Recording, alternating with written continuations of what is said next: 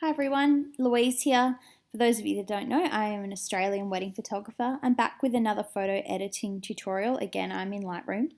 And I purchased the Noble presets the other day. The preset that I'm going to be playing around with in this video is the Noble Signature preset. As I mentioned in my previous video, the look of my editing and the style of my work is I like it to look or emulate a traditional film aesthetic. So I wanted to play around with Noble because I'd heard really good things about their preset and how you can achieve that film aesthetic in your work.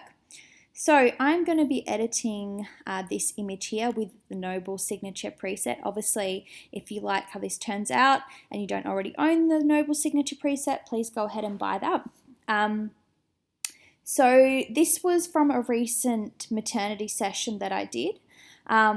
And I've played around with this image quite a bit and I was really happy with how it turned out. So I'm just going to take you through the steps and how I customized the Noble Signature preset once applied to this image. Obviously, you're not just going to apply the preset and that's going to be it. You are going to do a bit of further editing and I'm going to show you how I've done that.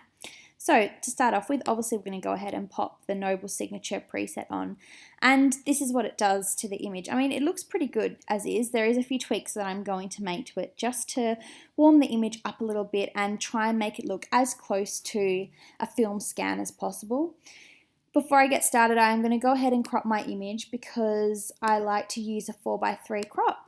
Again, just to make it look like a film scan. And probably going to crop it like this, just so I am getting a bit of the olive tree at the top and then cropping it at the bottom of the girl's dress. So we'll click done, like so. And the next thing I'm probably going to do is just warm up the temperature just a little bit.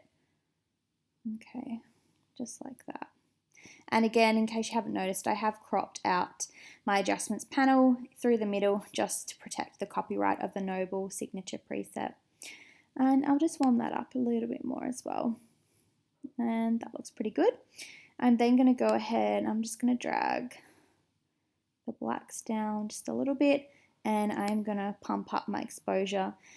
When I am doing any kind of image editing, I use my face as kind of the reference point for how I want the light to look, because obviously the face is such an important part of the storytelling in any kind of image, especially photography. You want to make sure that that looks good, like perfect in terms of light, and then for me anyway, the rest of the image is kind of secondary. Obviously, if there's any other important narrative points in the image, I'll make sure that those are quite clear as well, but in this case, I was really interested in having a lot of clarity and making sure the face looks really nice and soft and light. So I am pretty happy with that. I might just try it a little bit more, just a tiny bit. That does look pretty good.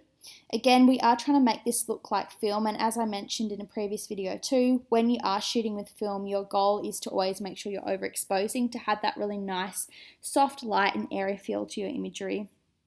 I'm going to pump up the saturation just a little bit too, just to give a little bit more colour to the image. Probably around there feels good. And maybe just drag up that. I do like to really have my exposure quite high up. And that looks good. Let's put on a before and after just so we can see what it has looked like before. So just to zoom in so you can see a big difference between here and here. Okay, that's looking really nice. I did shoot this on a 50mm lens. I shoot with a Nikon or Nikon, depending on the pronunciation, how you want to say it, camera. And I try to, if possible, if I'm doing a portrait session, always shoot on a 50mm lens. If I need to, I'll go up to my 35mm lens. Only when I'm shooting weddings will I have my 24mm lens in my bag or on my camera, just so I've got a little bit more room with the shot so I can include more detail. But with portraiture, I really like to have a 50mm lens on. The other thing which I need to do to this image is actually do a bit of cloning. In the background, I have noticed there's these white posts and I can't recall exactly what they were when I was doing the shoot. But in any case, I'm just going to go ahead and get my clone tool. Just going to make that quite a bit bigger. Oops, not that big. Like that. And, oops.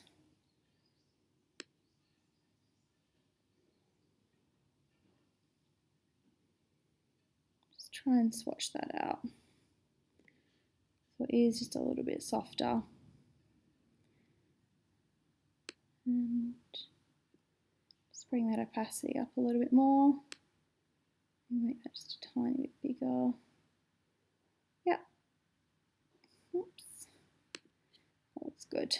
So now we've gotten rid of that. I mean, obviously you can still see the little white posts there, but for the most part they are, I have cloned them out, so that looks really good. So I'm pretty happy with this. Looking at it now, actually, I might just take that temp down a tiny little bit, just a titchy bit.